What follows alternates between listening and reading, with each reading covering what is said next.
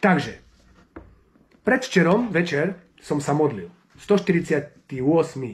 žalm je kozmická chvála. Prečítam celý žalm a ukážem vám, na čo som prišiel cez tú chybičku.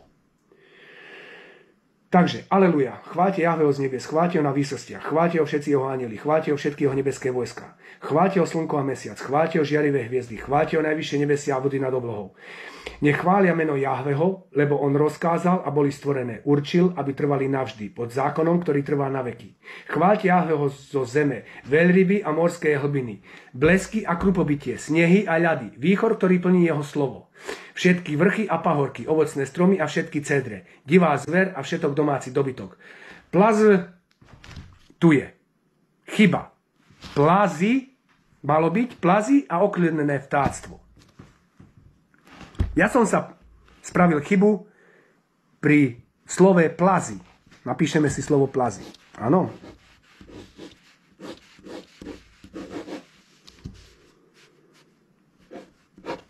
Áno.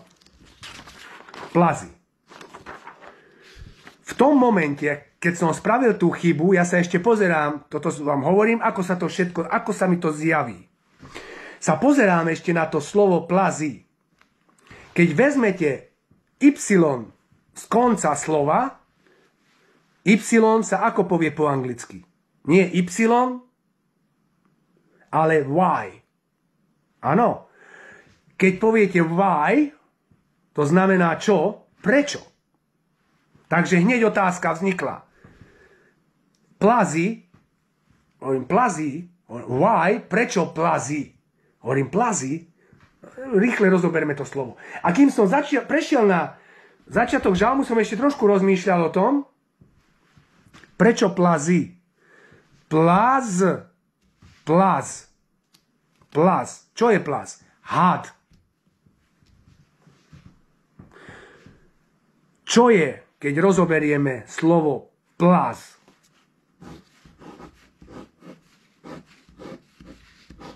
Plaz. Oddelíme z, dostaneme z a dostaneme 3 písmená pla.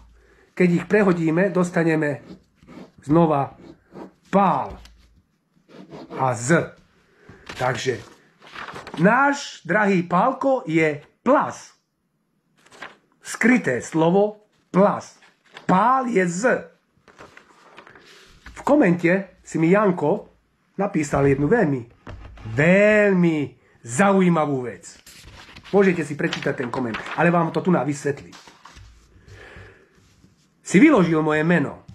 Ja sa volám Vojtech Ferenc. Ferenc z. Ty si napísal, že Ferenc, keď dáš do prekladača v gamatrii meno Ferenc,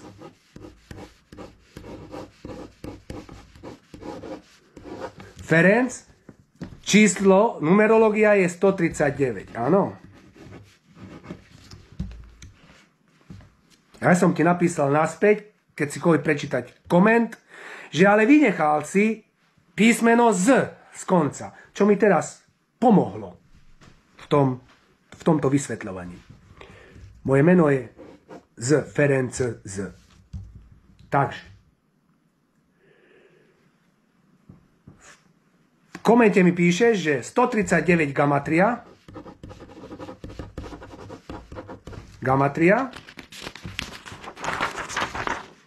Áno. Gamatria znamená hriech.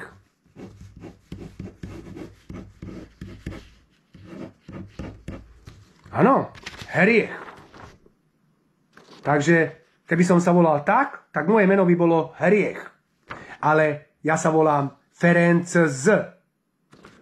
Čo znamená v spirituálnom zmysle, to som ani ja nevedel, že hriech je z. Ferenc. 139 gamatria je Ferenc. Z oddelíme, dostaneme hriech je z.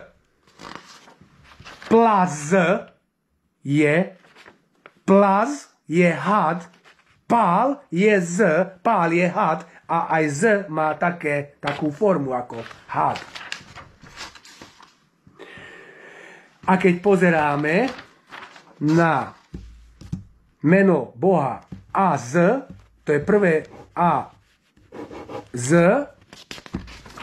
je Boh, je všetko, prvé aj posledné písmeno, áno.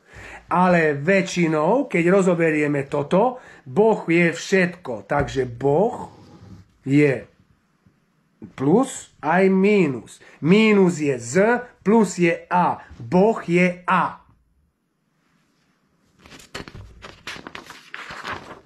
A druhá strana Boha je zlo, z.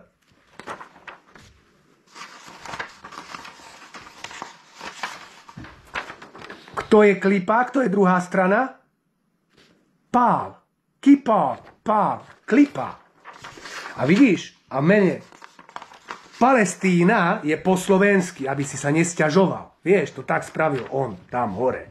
Aby si sa nesťažoval, že Slováci sú menší ako Maďari. Rozumieš? Tu nám máš slovenské Palestína, ale vyložené to máš po maďarsky, zoslova aj s tým dlžňom.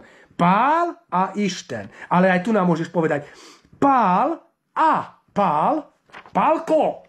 A je Boh. A ty si z. Aj tak sa to dá rozumieť, keď to ideme ešte hlbšie.